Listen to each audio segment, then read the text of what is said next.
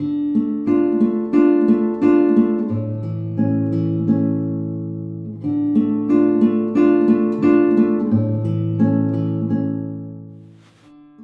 time that I ever saw a hummingbird, I was still a teenager. This was 1986. I came to Latin America on my own from Ireland, a very dull Angela's Ashes type of existence in Ireland that I had. I came over here for the first time and I saw this bird in a garden, and it was a very, very windy day. There was a big flower, big yellow flower on the end of a stalk, blowing about in the wind, and a hummingbird on the end, following it back and forth the whole time.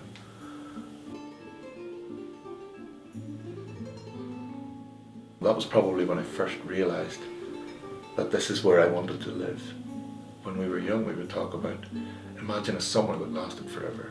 And that's what I have in the tropics. I'm living in a summer that will last forever. And there's hummingbirds are accompanying me on this journey.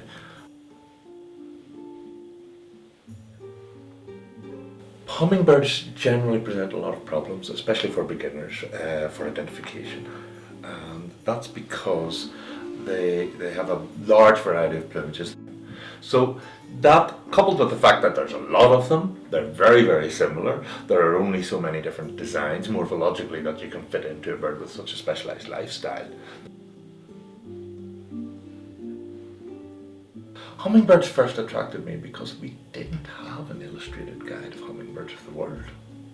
There was no book in illustrations of hummingbirds of the world as there are with other families, and because it's one of the most attractive families for people. So I started to do it. At the beginning, I wasn't terribly interested in hummingbirds as a group. I found them a little bit difficult to paint, but like a lot of things, you find sustenance once you get deeper and deeper into your area of specialization.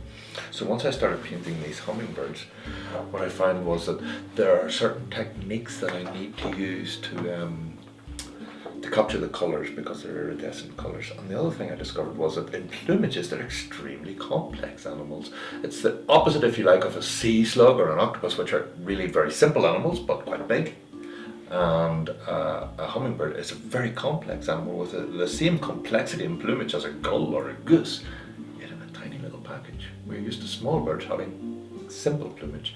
Here we have a bird with which is very small and has very complex plumage. So I found them very, very interesting once I actually got started.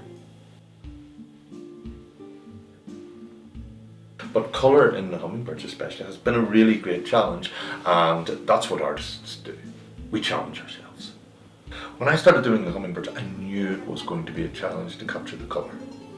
Colour is what we associate with hummingbirds. It's this very, very strong iridescent colour. And of course it isn't real colour, it's actually reflected light.